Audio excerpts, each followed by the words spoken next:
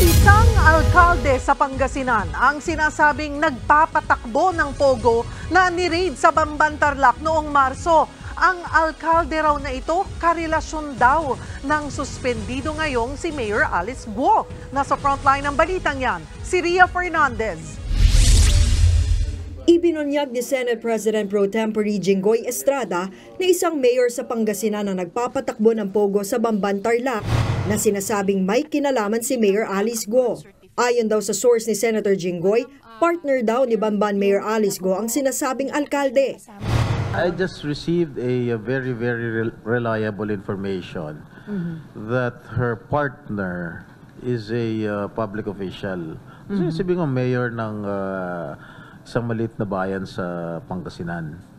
And according to my bubuit, siya yung nagpapatakbo ng POG operations ng owned by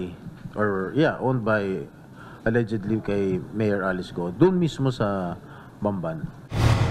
Kung makakuha raw ng ebidensya ang senador na makakapag-ugnay sa mayor na ito sa POGO operation sa Bamban, ipatatawag niya raw sa Senado ang alkalde.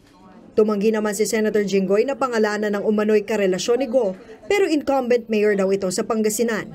Kung tatanungin daw ang senador ng Department of the Interior and Local Government, sasabihin niya raw ang pangalan ng alkalde.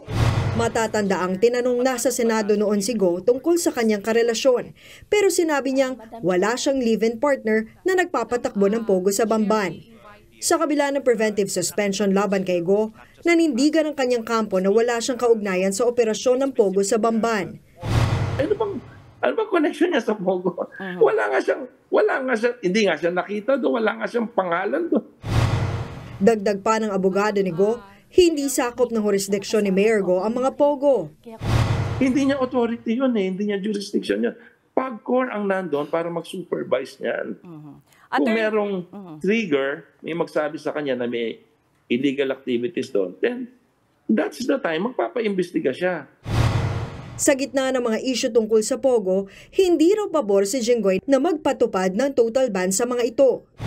Siyempre, that generates jobs. Meron din mga nire-remit ng mga taxes naman yung mga legal na pogo. Yung mga illegal, yun siguro hindi nagbabayad ng mga buwis yun. Kaya for me, kailangan sigurong alisin na yung mga yan.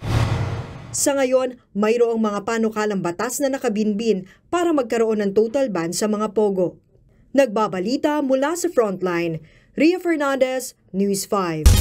Sinibak sa pwesto ang halos lahat ng pulis sa Bamban, Tarlac kaugnay ng investigasyon sa POGO operation sa naturang bayan.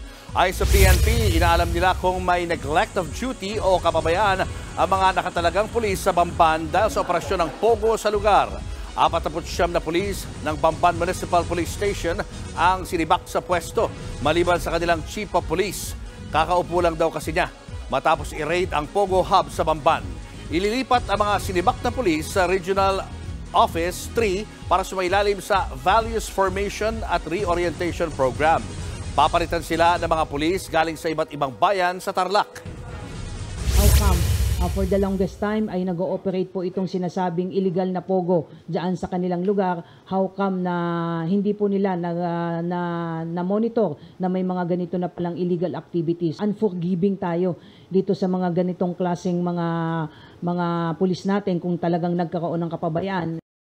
Mga kapatid, Cheryl Cosim po, huwag maging huli at maging una sa lahat sa balitaan. Para sa tuloy-tuloy na talakayan sa Frontline, mag-follow at mag-subscribe sa social media pages ng News 5.